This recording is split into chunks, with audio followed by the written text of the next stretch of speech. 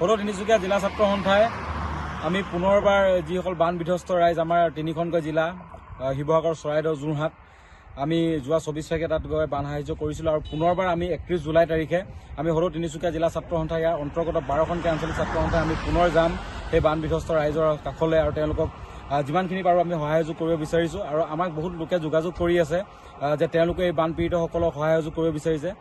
ইতিমধ্যে যিসকলে যোগাযোগ কৰিব বিচাৰে তেওঁলোকে আমাৰ জিলা ছাত্ৰ সন্থাৰ অন্তৰ্গত 12খনকৈ আঞ্চলিক ছাত্ৰ সন্থা আছে, নিজৰ নিজৰ স্থায়ী আঞ্চলিক ছাত্ৰ সন্থা, শাখা ছাত্ৰ সন্থাসমূহক যোগাযোগ কৰিবলৈ অনুৰোধ জনাইছোঁ।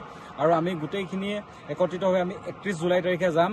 আৰু ইতিমধ্যে তিনিচুকীয়া জিলাবাসী ৰাইজে খুব সহায় সহযোগ আগবঢ়াইছে এই বান পীড়িতসকলক। আমি আশা কৰিছোঁ সকলোৱে ওলাই আহিব লাগিব, কাৰণ এই সময়টো মানুহে মানুহৰ বাবে চিন্তা কৰা সময়।